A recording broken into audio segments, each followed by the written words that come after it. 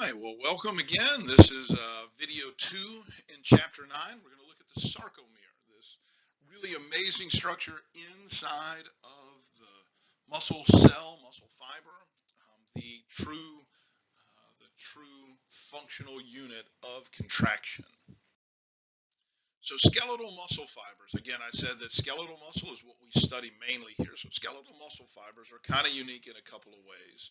One is they are multinucleated. They have multiple nuclei in it. Now remember that this is abnormal. Now one of the things is if I have, this is going to be a bad drawing. So this is my head, this is my spine, this is my shoulder, right? Here's kind of drawn not to scale. But I've got this muscle called a trapezius that goes along all the way to the scapula. This, where the body of the muscle is, that is the length of one of those cells. So certain muscles, like a latissimus dorsi, for instance, or the rectus femoris, well, it runs at a different angle. But anyway, these, if you look at the fibers, that's the length of that muscle. So when we're talking about cells that are relatively small, muscles, fibers, skeletal muscles can be really big. So they have multiple nuclei in it. It has a cell membrane that is unique. It's designed to send a signal along it to be electrically controlled. And so it has a name called sarcolemma. Now, one of the things you're going to see, sarco is a big prefix in muscle stuff. Also, myo, you'll see myofibrils here. It's going to be another prefix. So the sarcolemma is the cell membrane of a muscle fiber. It is very unique. And the inner liquid, basically, in the cytoplasm of muscle is called sarcoplasm. It is also unique. Now, inside of the muscle cell are going to be these very special organelles that are only found in muscles, and they are called myofibrils, muscle fibers. Now, myofibrils are very long. They run along the length of the fiber. They consist of two types of filaments, actin and myosin. Actin is the thin filament. You can remember if you are active, you are thin. Myosin is the thick filament. We're going to look at these a lot more towards the end of this video, and then the next video, see how they work. Now, these myofibrils are broken up into sections called sarcomeres. Sarcomeres are the basic unit of contraction. So these are connected end to end and make up the whole length of the muscle, the myofibril. So if I've got this myofibril tube and it runs the whole length of the muscle fiber itself, I've got all of these little individual sections called sarcomeres. And we're going to see the borders are these things called Z-lines, and you'll see that in just a minute. Now, inside and around these myofibrils, I'm going to have this webbing, this tube-like webbing that's going to be, or I should say web-like tubing maybe, that's called sarcoplasmic reticulum. As it says here, it's basically the endoplasmic reticulum of the muscle itself. This is where calcium is stored, and we're going to see that calcium is the key for muscle contractions. And in order to get the sarcoplasmic reticulum to release the calcium, I'm going to have these special tubes that are extensions of the sarcolemma called transverse, or sometimes called T-tubules. They take this electrified membrane that we call, again, the sarcolemma, and take it into the cell. It basically electrifies the sarcoplasmic reticulum on either side and causes the sarcoplasmic reticulum to release its calcium. And this is going to cause the chain of reactions that we call a muscle contraction. Now, these transverse tubules are going to have tubes on either side of it that are part of the sarcoplasmic reticulum. And so since we've got three tubes running together, we call this a triad, right? And you'll see it on this picture. So on this picture, again, remember the cell membrane itself is called the sarcolemma. The fluid inside is the sarcoplasm. These large tubes that run the length of it are called myofibrils. Now, The myofibrils are broken up into sections, and you can kind of see it here. Hopefully the yellow shows up a little better than the red, but you see it here from Z line to Z line. This is the Z line here, this is the Z line here. So this area in between here, this is the sarcomere, and the entire myofibril is made up of sarcomere. So it's like bricks in a wall. If you're looking at a wall and you can see the bricks, imagine one layer of bricks. That's a myofibril, and each brick is a sarcomere. The little gaps between the bricks, whether there's mortar or not in it, that represents what we call the Z line, which is the borders of that. Now, this is the sarcoplasmic reticulum. Again, it's wrapped around all of these.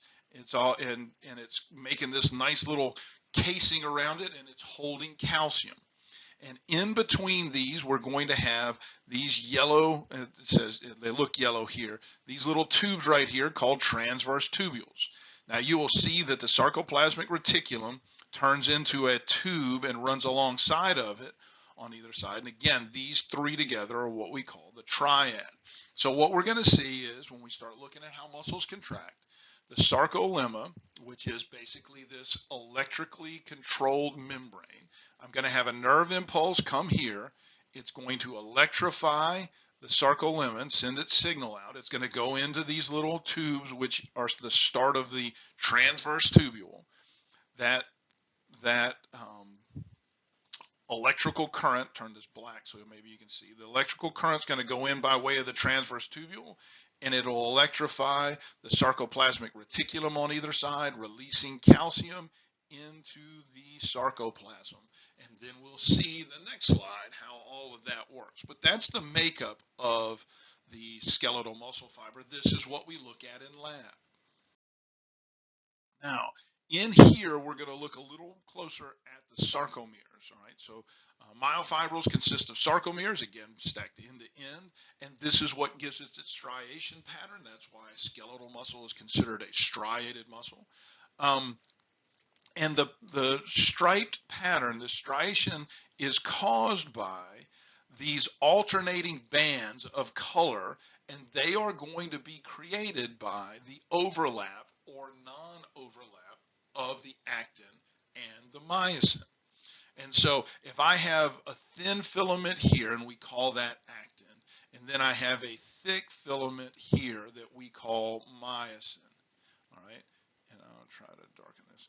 I'm going to have basically three little sections here, and I'm going to have light, medium, and dark, and I'm going to draw the lowercase d.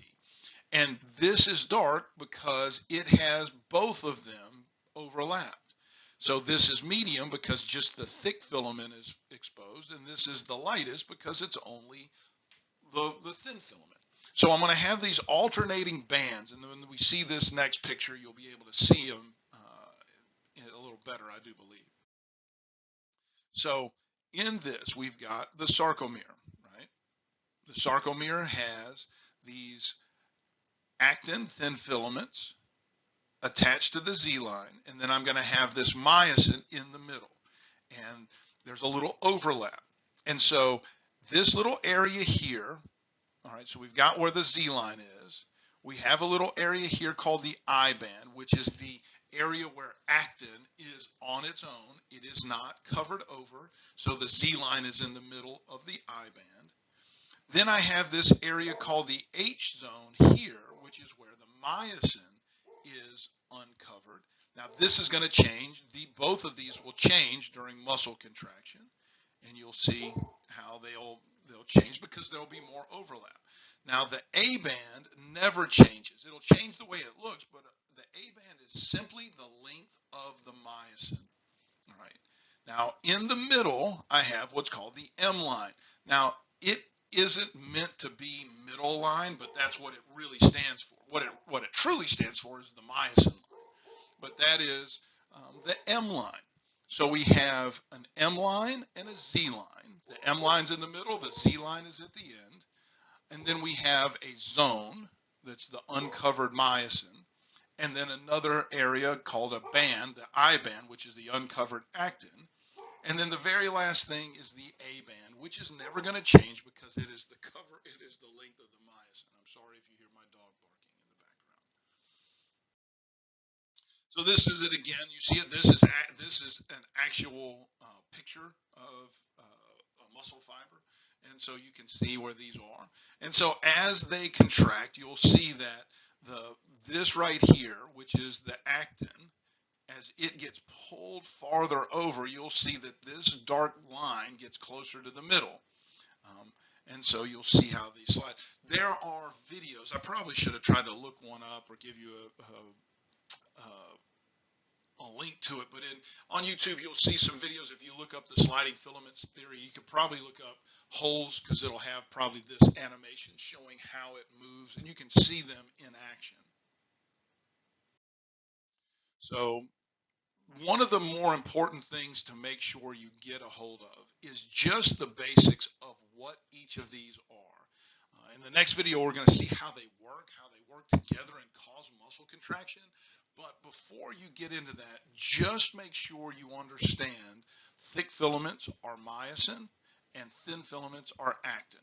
Very first thing, foundational material. The actin is going to be attached to the boundaries, which we call Z-lines, right? And they don't have these big arrows on it. I probably shouldn't have put it there. But I'm going to have myosin in the middle. And what we're going to see is the myosin is going to have some little things called cross bridges or myosin heads. And when the muscle gets stimulated to contract, those myosin heads are going to reach up and grab the actin and pull it towards the middle. And that in turn shortens the entire sarcomere. It causes this whole structure to get closer together, which now we've got thousands of them in a myofibril, causes the myofibril to shorten, which causes the whole muscle to shorten. Now, thick myosin, thin actin. If you're active, you're thin. Hopefully you can remember that. Now, the other foundational thing is just to understand what's on each of these. So myosin, again, has these cross bridges. They sometimes call them myosin heads. Well, here they are here, and they form cross bridges, but a lot of times they're called cross bridges. The harder part is to understand that the actin has two things, tropomyosin and troponin. All right. Troponin is going to be covering binding sites, and tropomyosin holds it in place. Calcium, I said that backwards. Tropomyosin covers the binding sites, because you can remember that the tropomyosin gets in between actin and myosin. Even though this is on myosin, the reason it has, or on actin, the reason it has myosin in the head, in the name, is because it is blocking the myosin from binding to it. Troponin is what holds it in place, and we'll see that again. I am sorry about that. And it is calcium that is going to distract troponin. Bind to it and cause the troponin to change shape and pull the tropomyosin off of the little binding sites, and that is the trigger for muscle contraction. And here's a picture of it. So this is a picture of it. This is myosin. You can see the myosin heads here. They're just sitting there. This is actin. Actin looks like, to me, a lot of times it's described as two strands of pearls that are twisted together. I think if you look at martini olives or whatever you want to call them, the olives with a little pimento in it, and you can kind of see just in the background there's these little, where the pimento would be on these. And this long strand that covers it, that strand is called tropomyosin. Tropomyosin covers the binding sites. It gets in between actin and myosin. That's why it has myosin in the name of it. Troponin is what holds it in place. Again, we're going to see in the next video that calcium, its job is it comes in, it binds to the troponin. Troponin lets go of the tropomyosin. The tropomyosin rolls off the binding sites. These little myosin heads bind with it, and as soon as they do, they pull inward, causing the actin to be pulled towards the M line, causing the sarcomere to shorten. But we'll get into that in just a minute. The big thing is, or in the next video, the big thing is on this, understanding where the things are. Don't try to figure out how things move until you understand where the basic idea of things are going to be located. The difference between actin and myosin, and what is on each of those. Again, actin is the thin filament, myosin is the thick filament. Myosin has the myosin heads. Actin has the binding sites that are covered by tropomyosin and held in place by troponin. Now, you've got to know those, because once you get those and understand that, all you have to do is get a few little details and you'll see how the machinery works. All right, I hope that all makes sense. And again, see you in the next video. Take care.